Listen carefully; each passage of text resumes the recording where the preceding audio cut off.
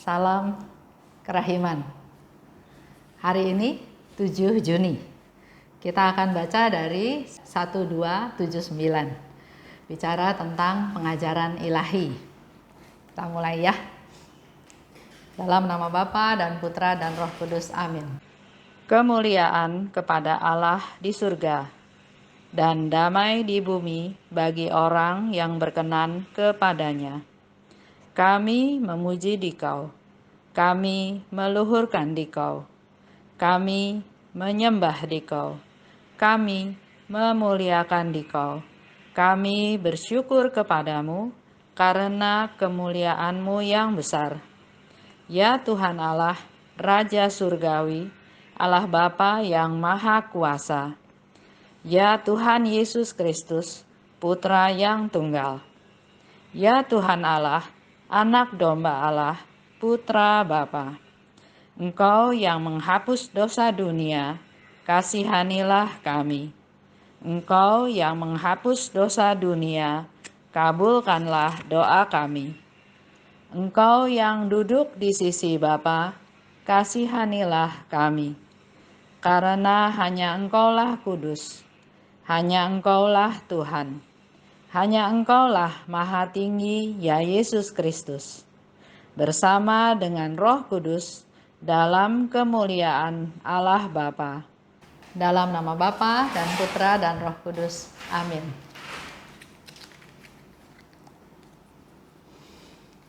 Satu, 2, 7, 9. Tuhan memberi aku pengetahuan tentang rahmat yang terus-menerus Ia limpahkan kepadaku. Terang ini menembus diriku semakin lama makin dalam, dan aku menjadi tahu akan perkenan Allah yang tak terselami terhadap aku. Aku tinggal dalam kamarku untuk melambungkan doa syukur yang panjang, sambil menundukkan wajahku ke lantai dan mencucurkan air mata syukur. Aku tidak dapat bangkit dari lantai karena setiap kali aku mencoba bangkit, terang Allah memberi aku pengetahuan baru mengenai rahmat-Nya. Baru sesudah percobaan yang ketiga, aku dapat berdiri. Sebagai anak Bapa surgawi, aku merasakan bahwa segala sesuatu yang dimiliki Bapa juga milikku. Ia sendiri mengangkat aku dari tanah hingga kepada hati-Nya. Aku merasakan bahwa apa saja yang ada itu adalah milikku semata-mata. Tetapi aku tidak menginginkannya sama sekali, sebab Allah sendiri sudah cukup bagiku. Sini dikatakan, Tuhan memberi aku pengetahuan tentang rahmat terus-menerus Ia limpahkan kepadaku. Jadi banyak rahmat-rahmat yang Tuhan limpahkan. Dan rahmat itu ada yang Suster Faustina mengerti, ada yang Suster Faustina nggak mengerti. Tapi semua yang terjadi dia terima sebagai rahmat.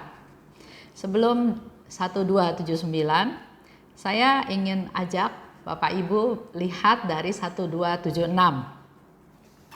Kalau kita lihat 1276, itu sepertinya ada rentetannya ya.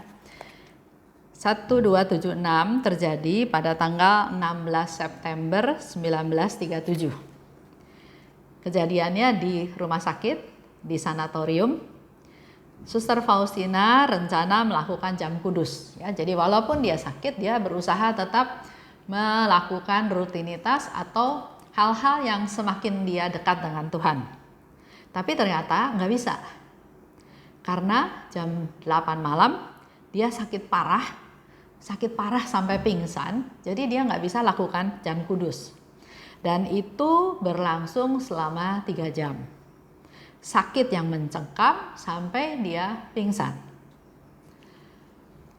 Akhirnya dia nggak lakukan jam kudus, tapi Yesus memberikan satu informasi kepada Suster Faustina bahwa dengan cara ini ternyata Suster Faustina ambil bagian dalam sakratul mautnya Tuhan Yesus di Getsemani.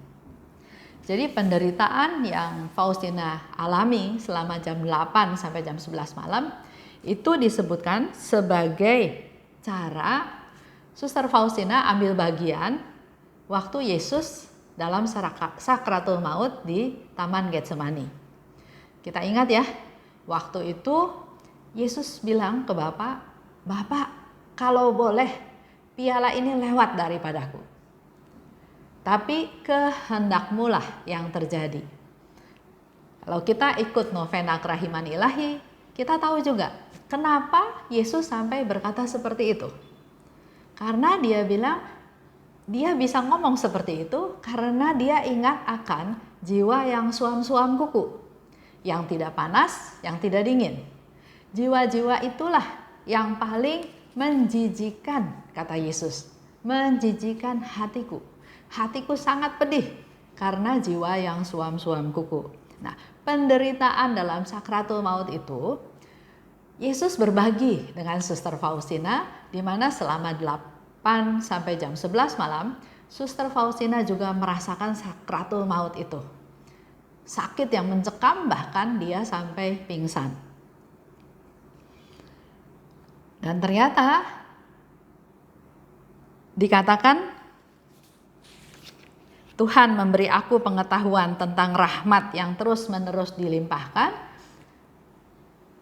Apa yang Tuhan mau informasikan kepada Suster Faustina dengan dia menderita sakratul maut, mengambil bagian dari penderitaannya Yesus? Rahmat apa yang Tuhan mau berikan atau mau sampaikan atau mau informasikan kepada Suster Faustina? Ternyata penderitaan-penderitaan tersebut jadi silih untuk ibu-ibu yang melakukan aborsi. Nanti Bapak Ibu bisa baca ya dengan lebih teliti di 1276. Yesus meminta Santa Faustina untuk mengalami sakratul maut selama 3 jam itu, sehingga dia tidak bisa melakukan jam kudus. Untuk apa? Untuk menjadi silih atas ibu-ibu yang melakukan aborsi. Kita tahu ya, kita juga pernah dengar, saya juga pernah dengar di TV, diketemukan tulang belulang dari janin, dari bayi, mungkin tempurung kepalanya ya, di sebuah klinik, dikubur di belakang atau di taman. Itu terjadi praktek-praktek aborsi. Dan Tuhan minta Suster Faustina mengalami penderitaan tersebut untuk menjadi silih untuk wanita-wanita yang melakukan aborsi. Ada yang tahu bahwa itu berdosa, tapi ada juga yang cuek, yang masa bodoh, yang mungkin nggak tahu bahwa itu dosa. Ada teman saya cerita, dia belum Katolik, dia bilang dia punya anak perempuan, dia punya anak lagi perempuan, dia punya anak lagi perempuan, yang keempat dia takut perempuan lagi, jadi terjadilah aborsi. Setiap hamil diaborsi, setiap hamil diaborsi. Dan enggak merasa bersalah, enggak merasa bahwa itu dosa. Menurut dia wajar aja. Karena saya mau anak laki, saya takut itu anak perempuan lagi, saya enggak mau dan saya buang. Sesederhana itu. Tapi suatu hari, dia akhirnya juga menjadi Katolik, dia tahu bahwa itu berdosa. Dia menerima sakramen tobat, dia minta ampun atas segala dosa-dosanya. Dan ternyata dengan sungguh-sungguh berdoa, dia menerima atau mendapatkan anak yang keempat itu laki-laki. Itu suatu cerita yang terjadi ya.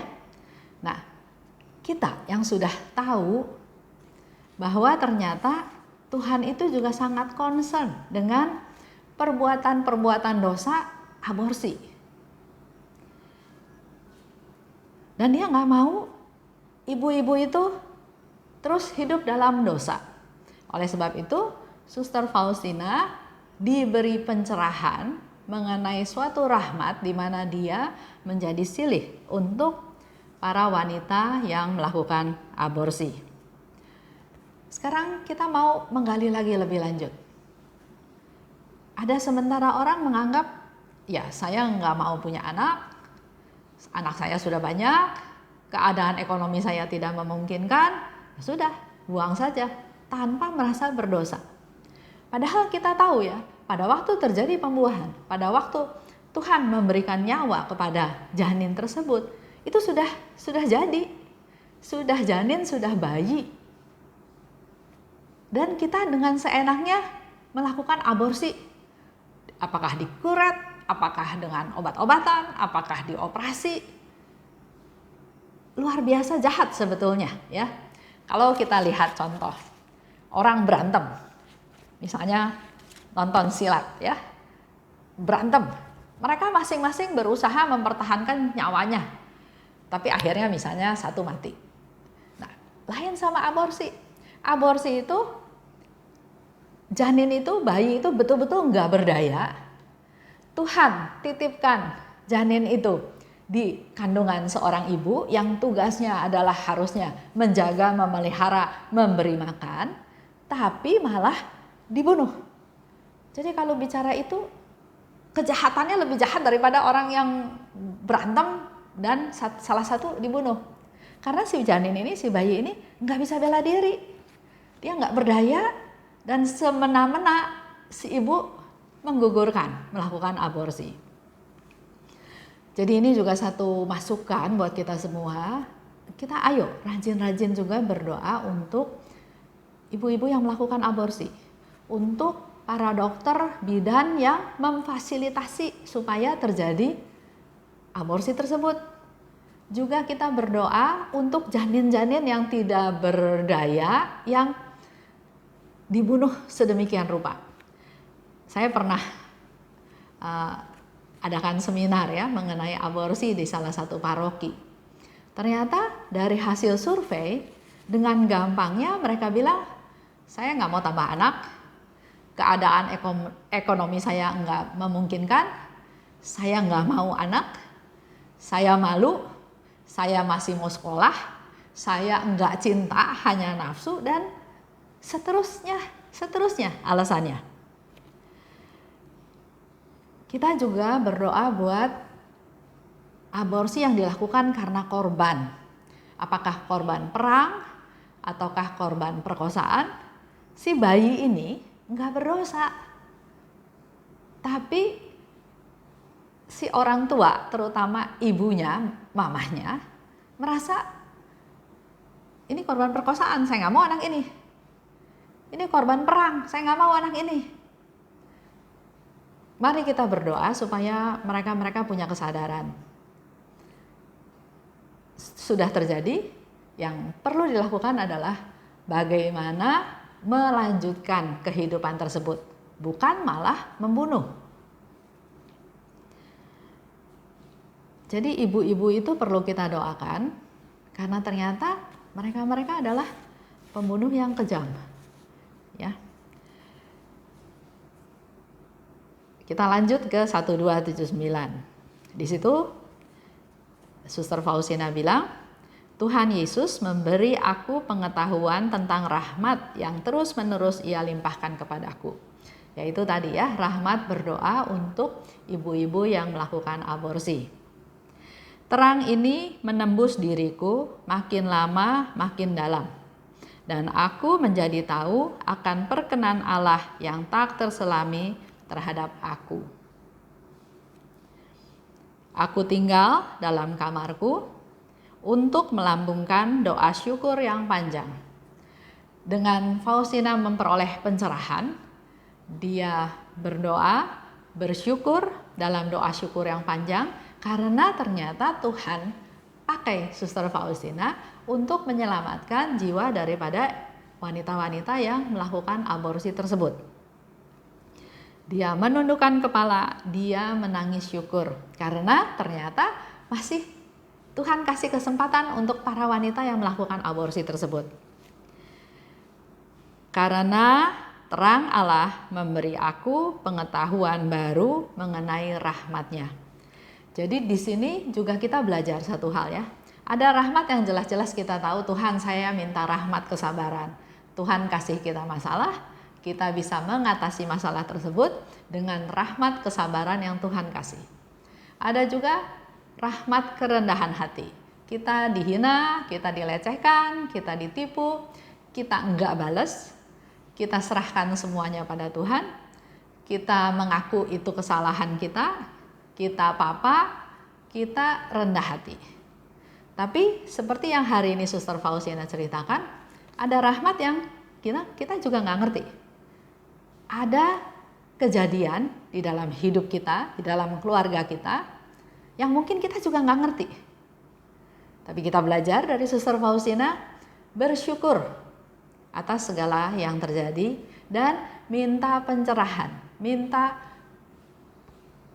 Tuhan buka supaya tahu rahmat apa yang Tuhan kasih dan apa maksudnya. Ya, sehingga di sini dikatakan terang Allah. Jadi kita juga minta kepada Tuhan terang Allah untuk supaya memberi pengetahuan kepadaku mengenai rahmatnya. Sesuatu yang dari Tuhan itu adalah rahmat. Yang keempat, aku merasa bahwa apa saja yang ada adalah milikku semata-mata. Sedemikian bersatunya Suster Faustina dengan Tuhan, sehingga dia rasakan apa aja itu Tuhan kasih pada dia. Apa aja itu adalah milikku juga, ya. Tapi aku tidak menginginkannya. Suster Faustina nggak perlu hal-hal yang seperti itu. Karena dikatakan sebab Allah sendiri sudah cukup bagiku. Allah sendiri sudah cukup bagiku. Jadi kalau Faustina punya kesimpulan bahwa saya nggak peduli yang lain, saya nggak perlu yang lain, Allah aja cukup bagiku. Karena dia segala-galanya buat aku, dia kekuatanku, dia penyelamatku, dia penghiburku, dia mempelaiku, dia yang memberi aku hidup, menemani aku, yang besertaku, yang apapun yang Suster Faustina butuhkan, Tuhan ada untuk Suster Faustina. Hari ini kita bahas tentang pengajaran ilahi.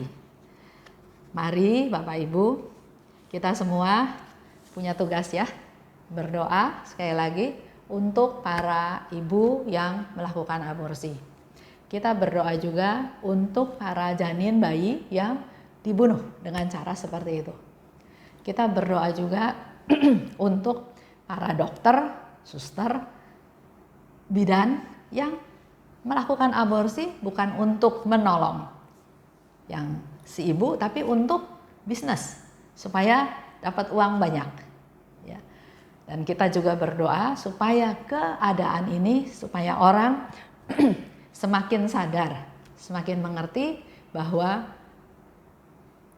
hal itu adalah satu pembunuhan. Bukan sesederhana itu bayar dokter, dikeret, terus selesai. Saya tutup dengan satu cerita ya. Pernah di ruang adorasi, saya lagi berdoa, saya dengar suara orang nangis. Jadi terisak-isak ya. Jadi saya lihat kiri kanan siapa yang nangis. Ternyata ada satu anak muda sedang nangis terisak-isak. Saya cuma pikir, ya sudah, mungkin dia terbeban berat, dia banyak masalahnya, dia berdoa dan mengungkapkan seluruh kesedihannya kepada Tuhan. Sudah selesai adorasi, saya keluar dari ruang adorasi. Ternyata dia juga ikut keluar. Karena dia ikut keluar, jadi saya tanya, ada masalah apa? Sampai segitu sedihnya. Kemudian dia cerita, dia bilang, dia punya pacar, belum menikah, sudah melakukan hubungan dan ternyata pacarnya hamil. Karena situasinya enggak memungkinkan katanya ya, jadi si pacar ini mau menggugurkan kandungannya. Dia sebagai laki-laki yang walaupun belum menikah, tapi dia bilang, jangan, itu membunuh, saya mau bertanggung jawab. Jadi mau menikah ceritanya ya, tapi pacarnya nggak mau, nggak tahu bagaimana ceritanya, tahu-tahu si pacarnya sudah menggugurkan kandungan tersebut. Jadi dia merasa berdosa, dia merasa bersalah, dia merasa sedih. Terus saya bilang, ya sudah, karena toh sudah terjadi, kamu ketemu sama Romo saja, menerima sakramen tobat, mengaku segala kesalahan kamu. Ya, udah Bu, saya sudah lakukan itu. Nah kalau sudah lakukan itu, Tuhan sudah ampuni kamu, sudah selesai. Enggak, saya masih merasa saya bersalah. Saya selalu terngiang-ngiang bahwa kamu berdosa gitu. Apalagi saya melihat satu flyer Dia kasih lihat saya flyernya, di situ ditulis bahwa berdosa orang-orang yang melakukan aborsi dan seterusnya. Saya cuma lihat, makanya hati-hati ya, jangan sembarang baca brosur, baca flyer. Terus saya tanya, ini dapat dari mana? Dari gereja. Jadi dia punya pemikiran, semua flyer, brosur yang ada di gereja itu benar, otentik kebenarannya. Saya baca, saya bilang, ini salah. Penerbitnya juga nggak jelas siapa, yang ngomong juga siapa, hanya sekedar leaflet, edaran gitu aja.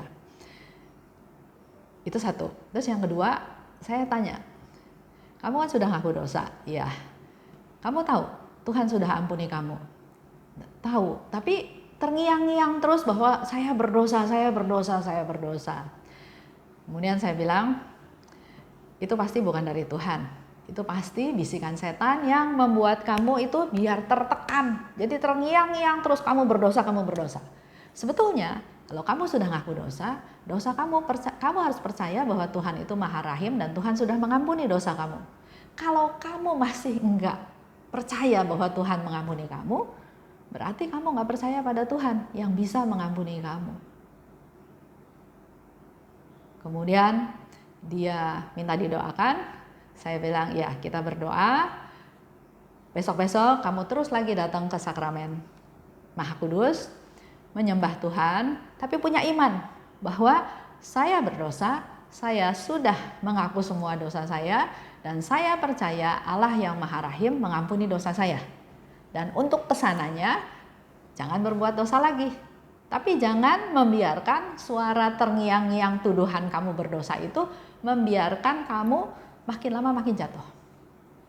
Ya, itu salah satu hal yang terjadi akibat terjadinya aborsi.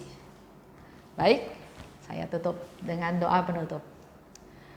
Dalam nama Bapa dan Putra dan Roh Kudus. Amin. Allah Bapa yang Maha Baik, terima kasih atas pencerahan yang Kau berikan pada hari ini, di mana melalui Suster Faustina kami juga tahu bahwa kami perlu banyak berdoa untuk mereka-mereka yang melakukan kesalahan, melakukan dosa, yang kadang mereka sendiri tidak sadar bahwa mereka melakukan kesalahan. Kami berdoa untuk para janin, bayi yang diaborsi, untuk para ibu yang dengan sengaja mengaborsi kandungan mereka hanya karena mereka enggak mau bertanggung jawab, mereka merasa malu, mereka belum mau anak tersebut atau tidak mau anak tersebut. Ampuni mereka ya Tuhan. Juga kami berdoa untuk para dokter, para medis yang melakukan aborsi untuk kepentingan mereka sendiri. Semoga mereka semua menjadi sadar akan apa yang dilakukannya, bertobat dan kembali kepadamu. Terima kasih Bapa. Dalam nama Putramu kami berdoa dan bersyukur. Amin. Dalam nama Bapa dan Putra dan Roh Kudus. Amin. Salam kerahiman.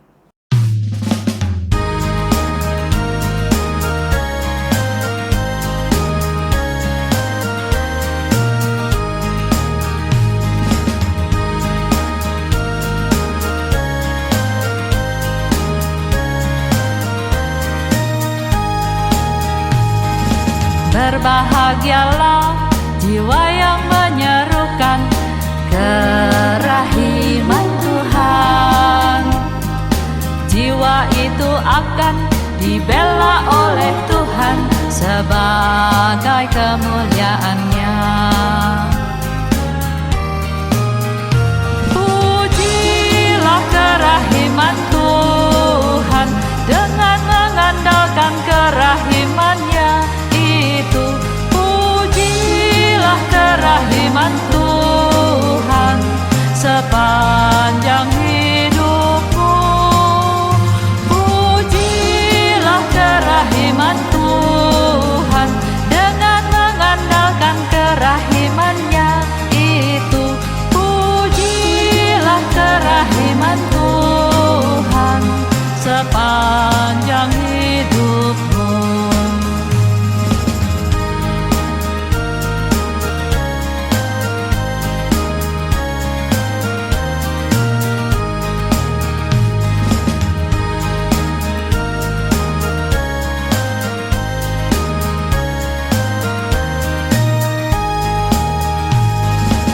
Berbahagialah jiwa yang menyerukan kerahiman Tuhan. Jiwa itu akan dibela oleh Tuhan sebagai kemuliaan-Nya. Pujilah kerahiman Tuhan dengan mengandalkan kerahiman-Nya itu. Pujilah kerahiman Tuhan sepanjang hidupmu. Pujilah kerahiman Tuhan dengan mengandalkan kerahiman-Nya itu. Pujilah kerahiman Tuhan sepanjang hidupmu. Pujilah kerahiman Tuhan dengan mengandalkan kerahiman-Nya itu. Pujilah kerahiman Tuhan sepanjang hidupmu. Pujilah kerahiman Tuhan dengan mengandalkan kerahiman-Nya itu. Pujilah kerahiman Tuhan sepanjang hidupmu. Sepanjang